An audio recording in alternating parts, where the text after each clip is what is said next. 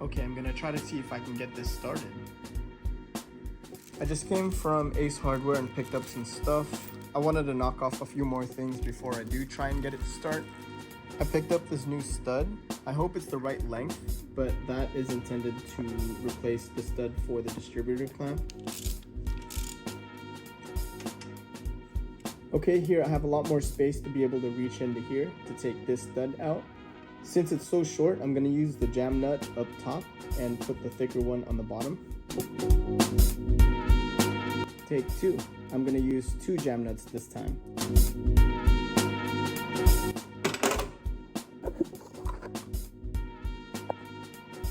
So it looks like I won't be replacing that stud. I don't know, for some reason I can't take it out, and I'm worried that if I keep trying, it's gonna eventually strip it, and that's the last thing I want to happen. So then it looks like I'm gonna be using this original style clamp. It really sucks because I was really hoping I can use this, but unfortunately I'm left with this. I'm just gonna replace this rubber seal here and then just pop this back in.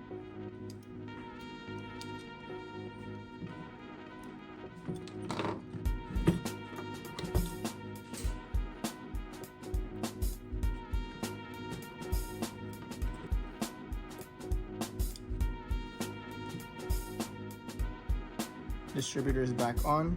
I put this bracket on and I flip this one too. I'm thinking about taking out my generator and repainting it because, to be honest, it's kind of looking like an eyesore.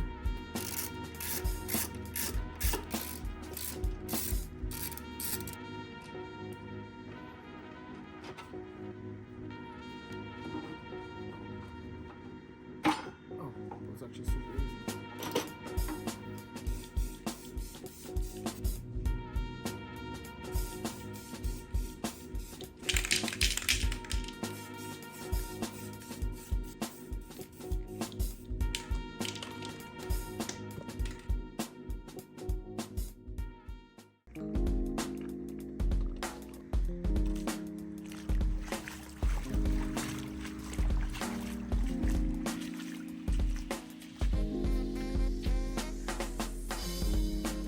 I ran out of the original spray paint that I was using, but I ended up having some of this Rust-Oleum hammered, and it actually looks really good.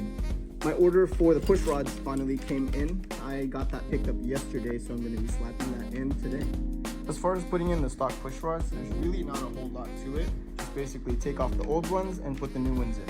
I'm going to start off on replacing the push rods on cylinder 3 and 4. If I remember correctly, I think these were the 4 that were in really bad shape.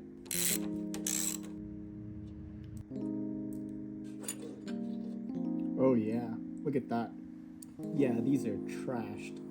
And the reason why I think that happened is because of the push rod tubes that I was using. But my guess is this was probably riving, causing all of this damage. So I will not be using these, and that's why I decided to go with the stock style.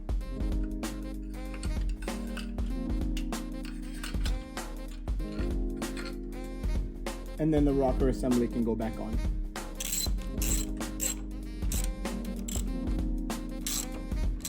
I also picked these up from Lowe's, so I have it now on both sides. Basically what these are, they're plugs that go into a pipe, and the tighter you spin this, the tighter it gets here. So this is going to be perfect in keeping all the air trapped into the fan shroud.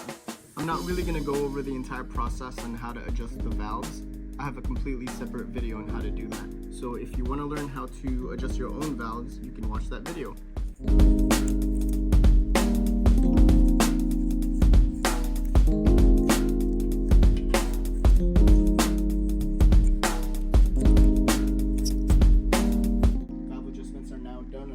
Cylinders.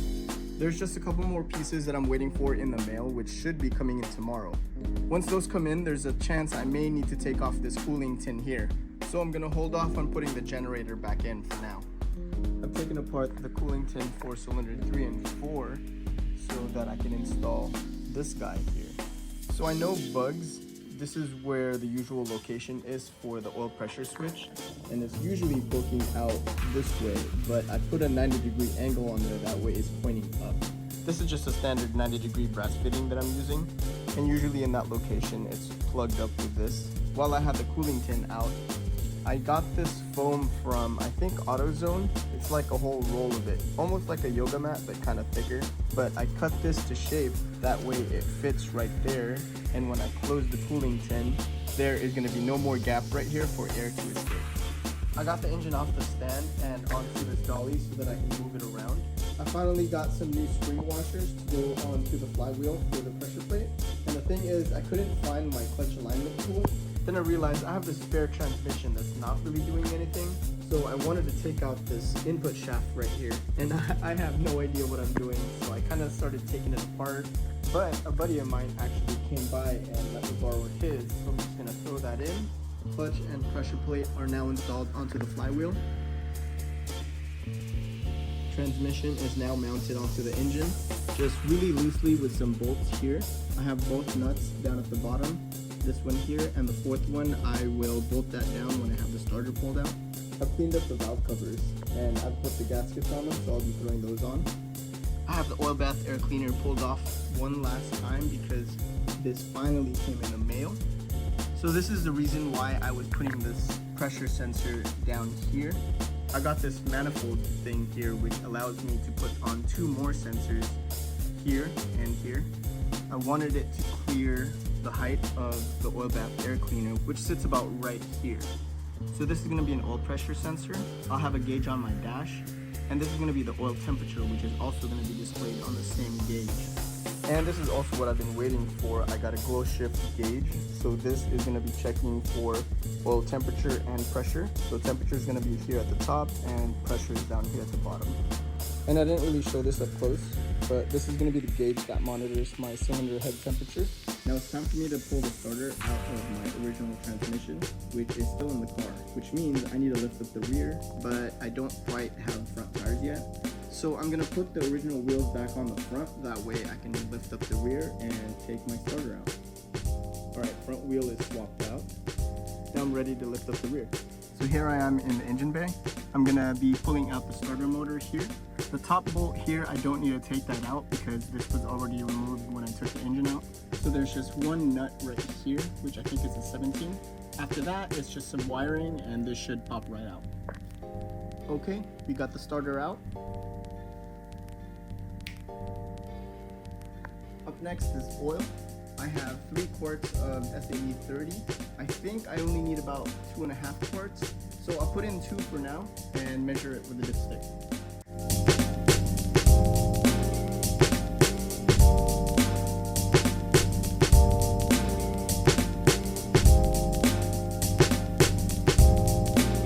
That's 2 quarts. Remember my dipstick? I just gotta straighten this out. I may need to find a new one of this. I wonder if ISP West has it. They probably would. Man, this is rough. Oh well, this is straight enough.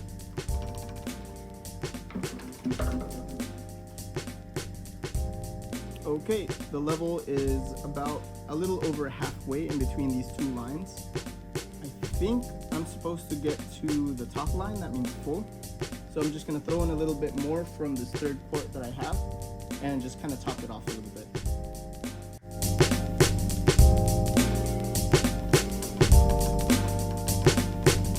Okay, I'm very close to getting this thing started. I have this setup wired up. It looks kind of complicated, but it's really not. I'm using this extra battery here just in case my battery is not in the best shape. It has kind of just been sitting for a few months. I did also put it on a trickle charger overnight. I'm hoping it'll be okay, but this is just giving me a little bit of reassurance. So the negative side of the battery will just ground out to the transmission or anywhere really. I feel like the bolt here on the transmission is a pretty good ground. The positive side of the battery runs to the big terminal here on the starter. I'm also using a starter button here, and those 2 connections will go to the terminal here on the starter, and the other one will go to the big terminal that goes to the positive side of the battery. I'm also running a hot wire here from the positive side of the battery. Spliced a few different color wires there, but as long as it works. And that will connect to the positive side of the core pack.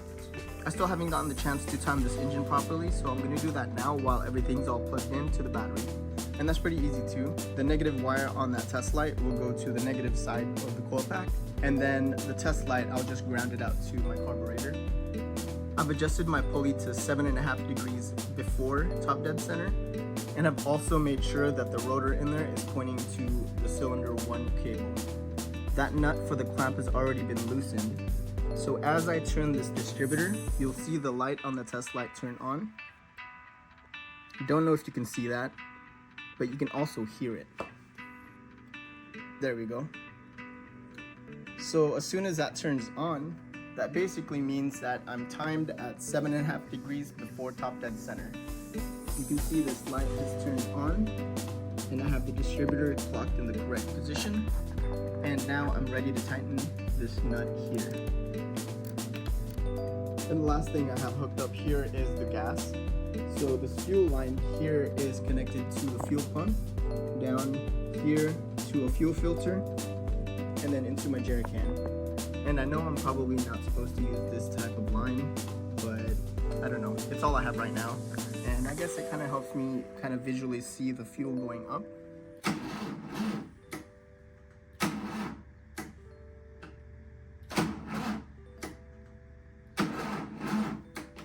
So I don't know if my battery is just really low.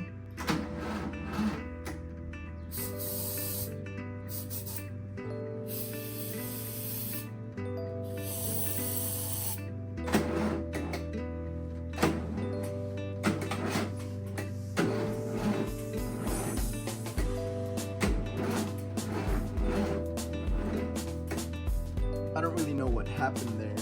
Not sure if you saw that, but the starter started smoking. So I took it off the transmission and I wired it up directly to the battery and grounded it out onto the frame there. And when I try to jump it, it doesn't do anything. So I think the starter just went bad. I'm gonna see if I can go pick another one up right now. You guys got it? Yeah.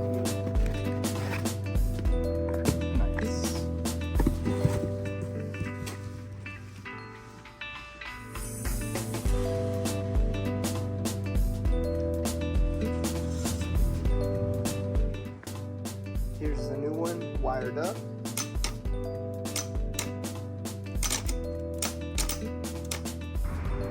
Wow, I just got another one. I don't know what was the deal with that first replacement, but basically only the starter solenoid was working. The starter motor wasn't, so hopefully this new replacement will be a lot better.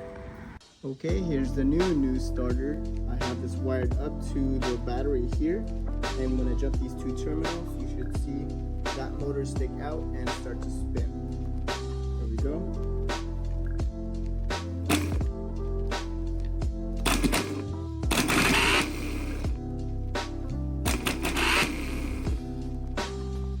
Okay, I have the battery hooked up.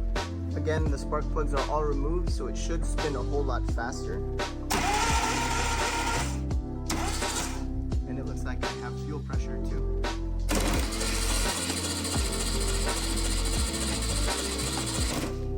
Okay, we're gonna take a look at spark.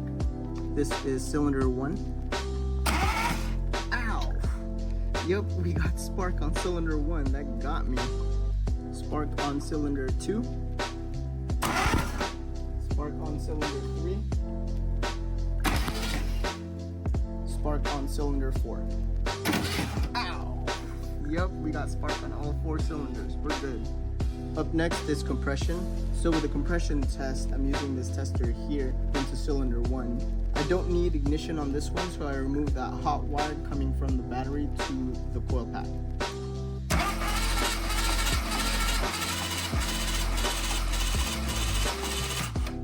That's actually really good. I'm like right at maybe 145, very close to 150.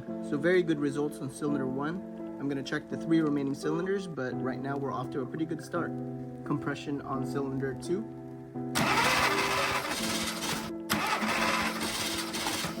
That's really high. I don't know if that's unusual, but it went to like 175. Second try of the cylinder 2.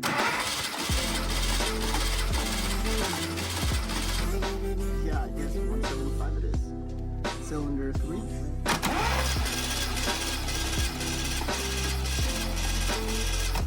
That's going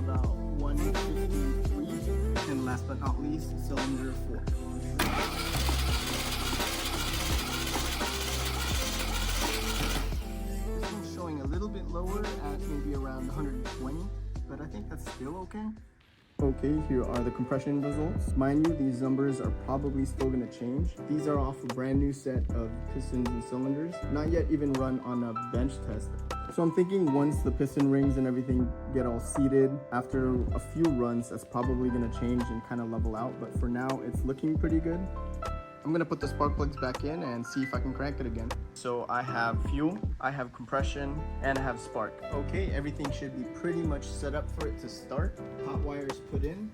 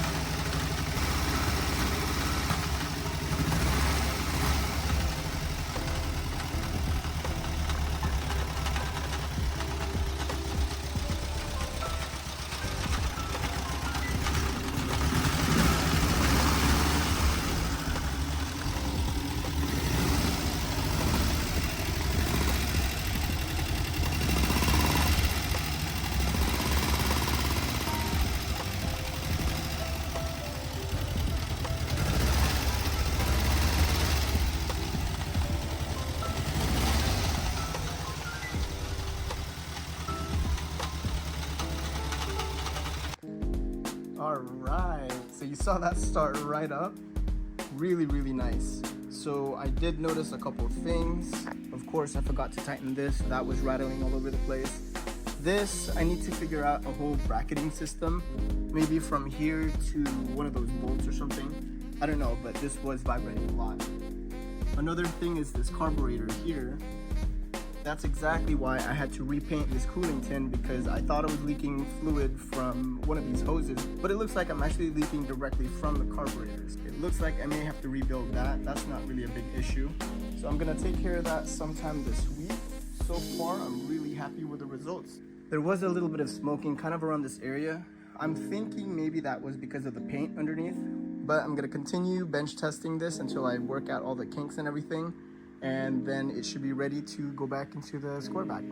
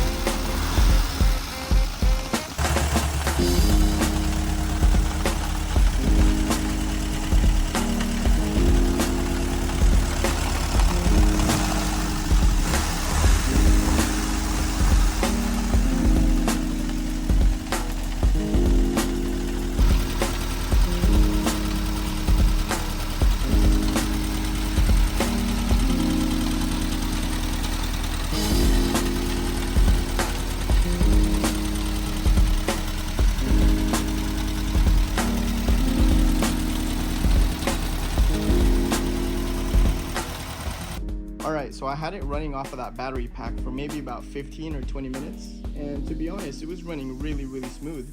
Didn't really find any major issues on it besides the leaking carburetors. I was able to kind of tighten some of the hardware on there, basically all of these on top and some of these on the bottom. If it doesn't leak, that would be ideal, but if it does, no big deal. It's not really super expensive seals anyways. So I'm gonna try to see if I can crank it up again without putting any starter fluid or messing with the linkage.